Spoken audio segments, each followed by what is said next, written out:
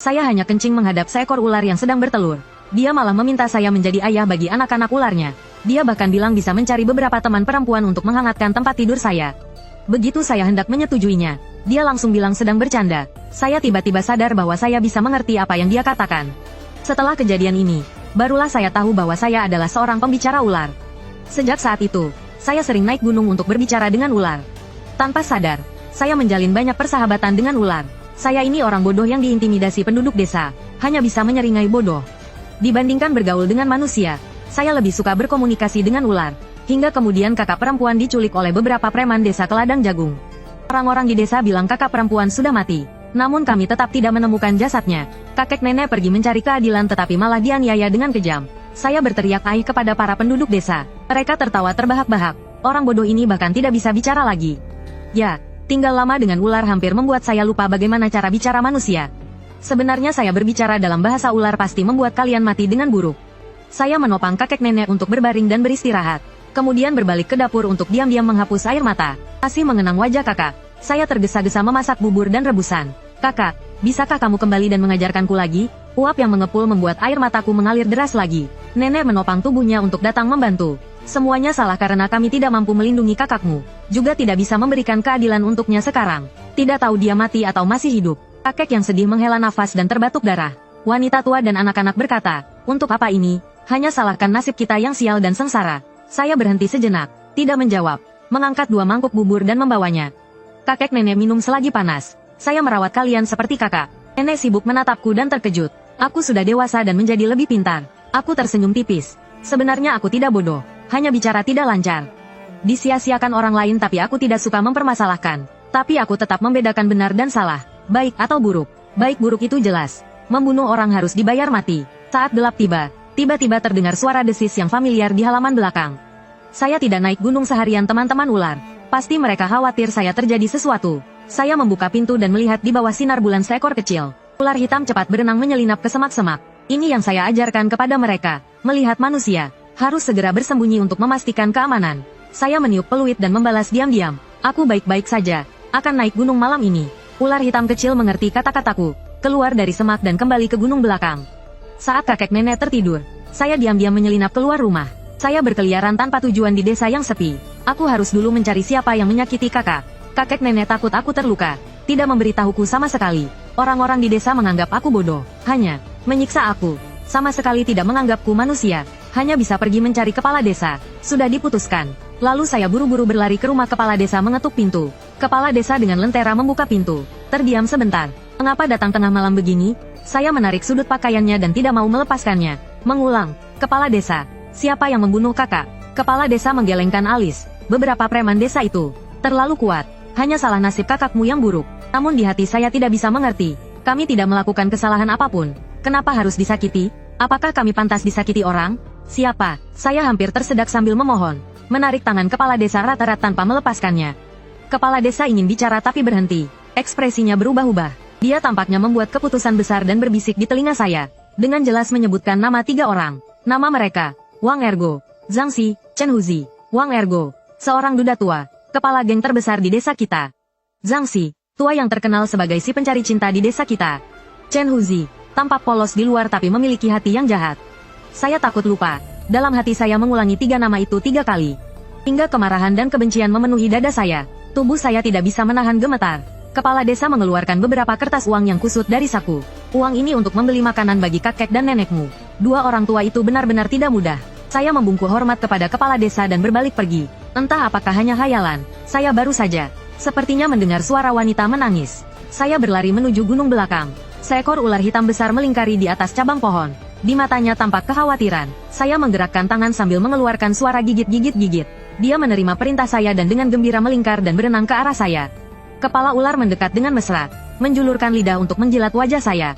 Tubuh ular yang dingin dan licin memberikan kehangatan yang akrab. Perasaan sedih mencurahkan air mata. Saya menangis. Sambil menangis, saya berkata, ular hitam, kakakmu sudah mati. Ular hitam itu melompat ke batu tertinggi. Dengan dingin menatap desa di kaki gunung. Saya memeluknya untuk menenangkannya. Tenang saja, tidak perlu buru-buru. Saya mengambil seruling yang diberikan kakak saya dan meniupnya perlahan. Kemudian dengan lembut menyentuh kepala ular. Ular hitam besar, kau tahu kan? Mati adalah yang paling mudah. Hidup tanpa berarti itu paling menyakitkan. Saya membuat gerakan tangan sambil mengeluarkan suara gubu-gubu. Ular hitam besar itu langsung mengerti dan bangkit tinggi. Kepala ular besar itu menyusup ke semak-semak. Tidak lama kemudian, ular-ular dengan berbagai ukuran muncul dari segala arah. Dipimpin oleh ular hitam besar, kawanan ular mengikuti saya turun gunung. Di pintu masuk desa, saya meniup seruling dan kembali teringat kakak. Sekejap saja, kawanan ular mulai memburu unggas desa. Saya berkeliaran di desa, meniru tangisan lemah lembut anak perempuan. Suara tangisan yang menyedihkan. Sebagian besar warga desa ketakutan hingga tidak berani menyalakan lampu. Beberapa warga yang lebih berani, dengan suara gemetar bertanya, siapa yang menangis di sana? Saya hanya tertawa dingin, membungkukkan tubuh dan bersembunyi di rerumputan lebat. Saatnya mencari Wang Ergo, Zhang Xi, dan Chen Huzi untuk menuntut balas. Saya dengan hati-hati memilih 3 ular dan menyembunyikannya di balik baju. Kemudian, saya menuju rumah Wang Ergo terlebih dahulu. Wang Ergo, seorang bujangan tua yang terkenal kejam dan brutal. Setelah melakukan kejahatan itu, dia pasti memukuli kakak perempuan saya dengan kejam. Saya mengepalkan tinju, biar kau rasakan sakitnya sekarang. Seekor ular bercorak biru menyelinap ke dalam rumah dan menggigit lengannya. Racun itu tidak mematikan, namun akan membuatnya kesakitan sepanjang malam. Benar saja, Wang Ergo terbangun dari mimpi karena rasa sakit. Wajahnya pucat, menangis dan berteriak seperti orang gila. Zhang Xi, pria tua cabul yang selalu menggoda wanita. Dia pasti menggunakan cara paling hina dan keji terhadap kakak saya. Seekor ular menyelinap ke tempat tidurnya dan menggigit alat kelaminnya. Zhang Xi melompat kaget dan berteriak kesakitan. Nyawaku, aku kehilangan bagian pentingku. Terakhir, saya menuju rumah Chen Huzi. Dia pernah pura-pura baik kepada kakak saya, membantu memotong kayu dan mengambil air. Namun ternyata, dia adalah serigala berbulu domba. Seekor ular berbisa menyemburkan racun berwarna ungu gelap, menciptakan ilusi menjadi kakak saya, mencekik leher Chen Huzi dengan wajah yang menyeramkan meminta nyawa. Chen Huzi menjerit ketakutan hingga wajahnya berubah pucat, dan akhirnya pingsan karena ketakutan. Namun dibandingkan dengan luka yang dialami kakak saya, ini belum cukup. Malam ini hanya hadiah pembuka. Pertunjukan besar akan terjadi saat pagi tiba. Di tengah malam, kawanan ular kembali ke gunung sesuai perintah saya. Saya pun kembali ke rumah, memikirkan rencana balas dendam untuk keesokan harinya. Saat fajar menyingsing, desa dipenuhi suara tangisan dan keluhan. Kepala desa mengatur orang-orang untuk memukul gong, mengumpulkan warga di alun-alun desa. Saya tersenyum puas dan bersiap membantu. Kakek nenek menuju alun-alun desa. Tiba-tiba, saya merasakan sesuatu menarik ujung celana saya. Saya berbalik dan melihat seekor ular putih kecil. Dia memberitahu saya bahwa ular hitam besar memiliki temuan penting. Saya diam-diam memasukkan ular putih kecil itu ke dalam lengan baju. Saya memberitahu kakek nenek untuk menunggu sebentar sementara saya mengambil sesuatu. Tidak lama kemudian, saya kembali dan kami melanjutkan perjalanan menuju alun-alun desa. Di alun-alun desa, para warga telah berkumpul sejak pagi. Mereka saling berbisik satu sama lain. Melihat keluarga kami datang, warga desa langsung mundur seperti melihat wabah. Wang Ergo, Zhang Xi, dan Chen Huzi bahkan wajahnya pucat, berdiri pun sulit. Para warga mulai berspekulasi. Semakin dibicarakan, semakin mereka gelisah. Tadi malam pasti arwah wanita datang untuk balas dendam. Malam ini, yang mati bukan lagi hewan. Bisa-bisa seluruh desa ikut dikubur. Kepala desa, cepat panggil pendeta yang hebat untuk mengusir arwah wanita ini. Saya puas dengan semua ini. Memang itu tujuannya, membuat mereka hidup dalam ketakutan setiap hari. Nenek saya menangis. Air matanya yang keruh mengalir. Akhirnya keadilan turun dari langit. Kepala desa berteriak, omong kosong. Ini zaman modern. Hewan-hewan itu mati karena digigit ular. Selesai berbicara, dia melirik saya dengan tatapan penuh arti. Para warga semakin cemas. Apakah ini karena kita menyinggung dewa ular? Sudah sering mendengar bahwa ada ular besar di gunung belakang yang menjadi dewa. Semua orang panik. Hanya saya yang tetap tersenyum dengan tenang. Tiba-tiba, saya melihat kepala desa tampaknya memberi sinyal kepada 3 pembuat onar itu. Saat itu, Wang Ergo, Zhang Xi, dan Chen Huzi mendekati kami. Wang Ergo, yang paling sedikit terluka, berkata kepada kami, apakah ini perbuatan kalian? Cepat katakan. Saya melangkah maju dan menatap Wang Ergo dengan tajam. Mereka kembali sadar dari kebingungan dan kecemasan, dan kembali menunjukkan sikap kejam mereka yang biasa. Tinju keras Wang Ergo menghantam saya seperti hujan. Sambil memegang kepala saya, dia berteriak, kamu, orang bodoh bau, masih berani melawan saya, kakakmu, kami yang melakukannya. Apa yang bisa kamu lakukan? Chen Huzi menendang perut saya, membuat saya langsung memuntahkan cairan asam. Zhang Xi, yang kehilangan alat vitalnya, terlihat seperti orang tanpa harapan. Melihat saya dipukul, dia menjadi bersemangat kembali. Dengan kejam memerintahkan, bunuh dia, kakek dan nenek saya sangat khawatir. Gemetar ingin membantu saya, mata saya memerah, hampir kehilangan kendali. Namun, untuk pertama kalinya, kepala desa berteriak, hentikan, jangan buat keadaan semakin buruk. Berhenti sekarang, bukankah kekacauan ini sudah cukup?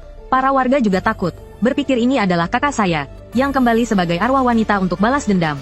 Dengan sikap berubah total, mereka berkata, Jangan pukul dia lagi. Jangan sampai membunuhnya. Dulu, setiap kali keluarga kami diintimidasi, kalian hanya menonton tanpa peduli. Tapi begitu nyawa kalian sendiri yang terancam, kalian mulai berpura-pura jadi orang baik. Saya tertawa kecil, merasa seperti berada di neraka dunia. Wajah kalian berubah hanya karena takut mati. Wajah asli kalian adalah sekelompok iblis yang menari, hari demi hari menikmati kesenangan dari menindas yang lemah. Mata saya yang memerah memancarkan bahaya. Dari mulut saya keluar suara gulu-gulu. Itu adalah bahasa ular yang berarti mulai menyerang mangsa. Dalam sekejap, tubuh besar ular hitam turun seperti petir. Ular hitam besar berbaring di pohon, menatap marah. Di mulutnya menggigit Wang Ergo. Kemurkaan berkobar di mata saya. Wang Ergo, apakah kamu memukul kakak saya? Wang Ergo dengan bibir bergetar menjawab dengan bingung. Dia melawan, jadi saya memukulnya. Saya mengerutkan kening, menahan sakit di hati, mendengarkan dengan sabar. Saya memukulnya, hampir membunuhnya. Wang Ergo tidak berani menyembunyikan apapun lagi, menjawab dengan gemetar. Akhirnya dia menangis terseduh-seduh. Pandangan saya berubah tajam, suara gulu-gulu semakin kuat. Ular hitam besar membuka mulutnya yang berdarah. Wang Ergo menghilang di depan semua orang. Ular itu melingkar kembali dan menyerang Zhang Xi dan Chen Huzi. Di bawah arahan kepala desa, warga desa bangkit dari ketakutan. Seperti burung ketakutan, mereka berhamburan melarikan diri. Zhang Xi dan Chen Huzi terlihat jelas dan terbuka. Mereka juga mencoba melarikan diri. Tetapi saya menahan mereka erat-erat. Ular hitam besar menggunakan tubuhnya untuk membuat lingkaran kecil, mengurung kami rapat-rapat. Dua orang itu lemas, jatuh terduduk di tanah, saling memberikan isyarat dengan mata. Mereka ingin bekerja sama mendorong saya ke mulut ular. Saya tertawa kecil, membelai kepala ular, menepuknya 2 kali. Zhang Xi dan Chen Huzi berteriak ketakutan, saling berpelukan. Ular hitam besar merespons, melompat melewati bahu saya dengan cepat. Detik berikutnya, ekor ular membelit Zhang Xi dan mencekiknya sampai mati. Kemudian kepala ular berbalik dan menggigit Chen Huzi, menelannya dalam satu gigitan. Setelah tugas selesai, ular hitam besar dengan patuh mendekati saya. Kepalanya menekan tangan saya. Saya menepuk tubuh besar ular itu. Terima kasih telah membalaskan dendam kakak saya.